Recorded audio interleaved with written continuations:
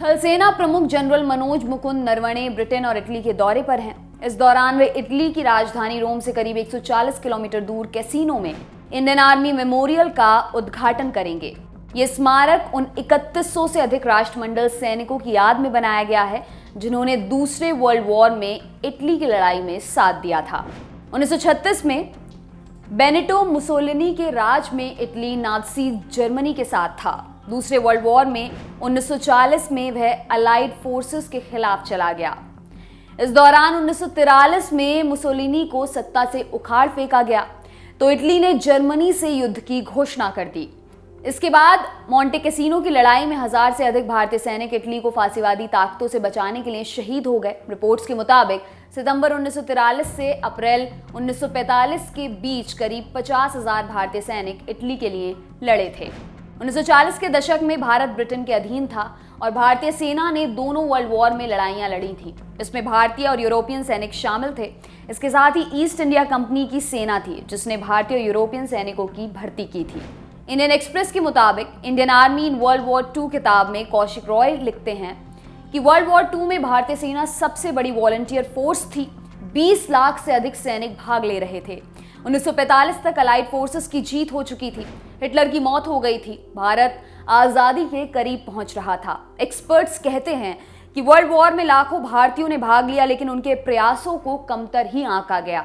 भारतीयों के योगदान की अनदेखी की गई। ब्रिटिश मिलिट्री हिस्ट्री नाम की वेबसाइट बताती है कि भारतीय सेना की 3 इन्फेंट्री डिवीजन के सैनिकों ने इटली के इस कैंपेन में भाग लिया था। ये 4वीं, 8वीं और 10वीं भारतीय डिवीजन से थे। 8वीं इंडियन इन्फेंट्री डिवीजन सबसे पहले इटली पहुंची थी। उसने 1941 में इराक और ईरान में कार्रवाई देखी थी जब अंग्रेजों ने इन देशों पर आक्रमण किया था। 4वीं भारतीय डिवीजन दिसंबर 1943 में उत्तरी अफ्रीका से इटली आई थी। 1944 में इसे कैसीनो में तैनात किया गया था। 10वीं भारतीय डिवीजन अहमदनगर में 1941 में बनी थी जो 1944 में इटली गई थी। वेबसाइट बताती है कि पंजाब और भारतीय मैदानी क्षेत्रों के सैनिकों ने भयंकर प्रतिकूल हालातों का सामना किया। नेपाल के गोरखा सैनिकों ने भी लगातार बारिश और जमे हुए पहाड़ों के बीच रातें बिताई थी। वेबसाइट के अनुसार तीनों भारतीय डिवीजन के सैनिकों ने इटली में बेहद अच्छा प्रदर्शन किया। इन सैनिकों को अलाइड और एक्सेस कमांडर्स द्वारा सम्मान की नजरों से देखा जाता है। कॉमनवेल्थ वॉर ग्रेव्स की वेबसाइट बताती है कि कैसीनो युद्ध कब्रिस्तान के लिए साइट को जनवरी 1944 में चुना गया था।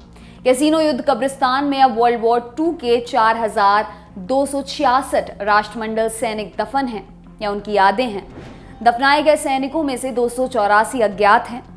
वेबसाइट बताती है कि 900 से अधिक भारतीय सैनिकों को यहाँ याद किया जाता है जिनके अंतिम संस्कार यहाँ हुए थे।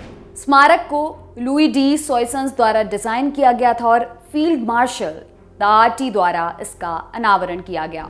आपके लिए ये खबर लिखी हमारे साथी आदित्य ने। मेरा नाम है दिव्यांशी।